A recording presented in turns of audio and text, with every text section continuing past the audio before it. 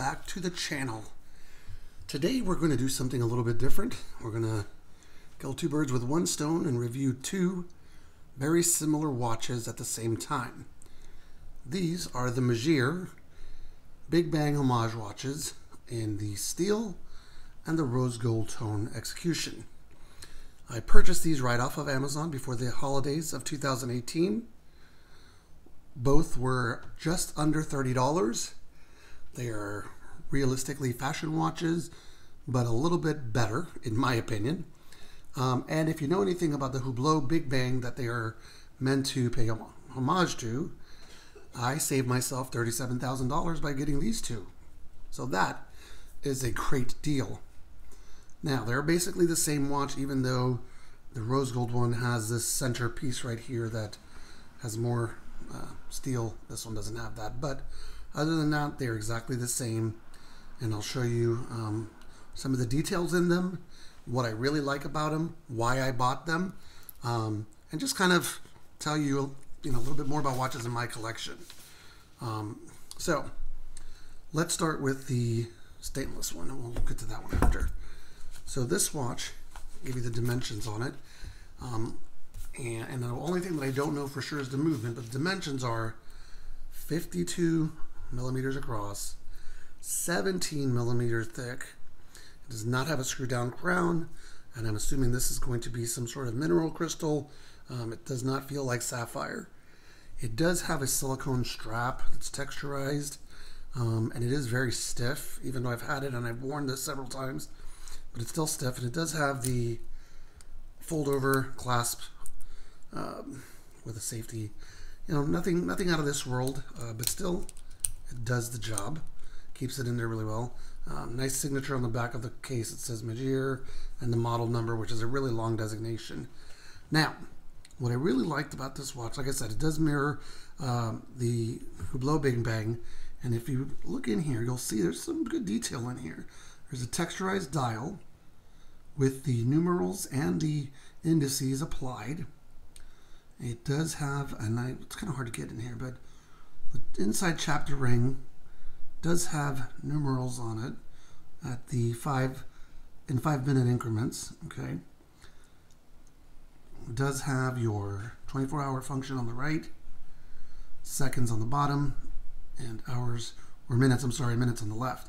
This is a working chronograph, and I'll show you how it works. You've got your start, stop, reset here.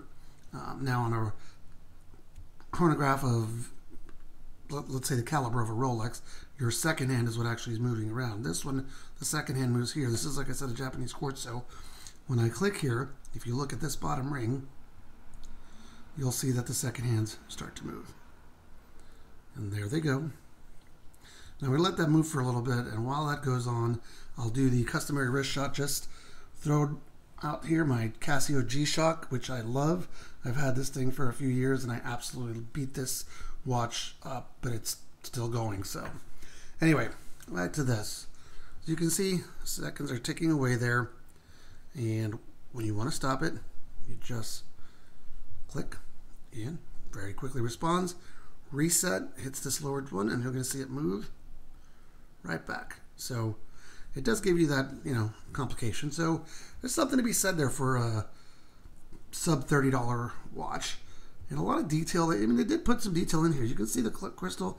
It may be sapphire. I don't have a tester right now, but I'm going to just say it's maybe a mineral crystal. And the case itself, these are real screws on the ear. I have actually checked. They are real. They do hold the case together.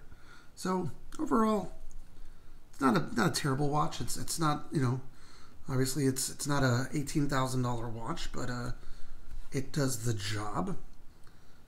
And I'll show you the gold tone one, or the rose gold tone. This watch, and let me just clean it up here real quick. Like I said, it's pretty much the same exact watch.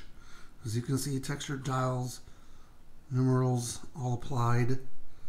They are in the rose gold funk, and there's the rose gold hands, very nice. There is some lume on here, but I can tell you from experience, it is pretty terrible. It's the worst lume I've ever seen, so we're not even gonna waste time on that. Just trying to see here, you can see the inside track, and you can see the numbers. And again, start, you'll see that second hand start to click, and you know, it's going. It does have the date window here right at the 4 o'clock position, so that's a nice feature to have. You know, you can see your date and know, hey, today's the 25th. So I'm just going to stop this in just a couple seconds, let it get down there to your 30. And stop.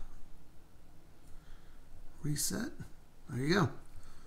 Now the only thing different on this one is that the bezel on here, the ceramic part, instead of the same one that the other one has, it goes here into sections, and then it's got this metal, which is obviously in the rose gold plated, and the same thing over here. This one in particular, same silicone strap, same stiffness. The clasp is a little bit easier to pop open, I've noticed. I've worn it a couple times, and it is, as you can see, it kind of wiggles there, but it is kind of stiff. So again, same dimensions, 51, 17, and I'm going to throw one of them on my wrist just to kind of see what it looks like on my wrist. So I'm going to take the G-Shock off, put this one on.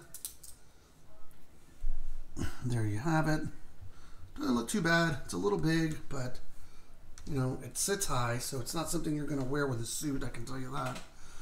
For me, it's more of just a jeans and a t-shirt kind of watch. Just like the look. Does still stiff very much, but you know, for 30 bucks, definitely, in my opinion, it's got more personality than some of the other fashion watches. You know, with those British heritages that don't really exist. But yeah, that's the MEGIR or MEGIR or MEGIR, I don't know. But it's these guys, and I'll put a link to them and some nice pictures so you can take a look at them at the end. And just in case you're interested in picking up a different watch that isn't Daniel Wellington to wear around town. So again, I do want to thank you guys for watching, and if you enjoyed the video, please like, subscribe, share it with your friends. Let them know. I'm going to keep bringing more content to the channel, and I still have a lot more of my personal watches to review. So until next time, see you soon.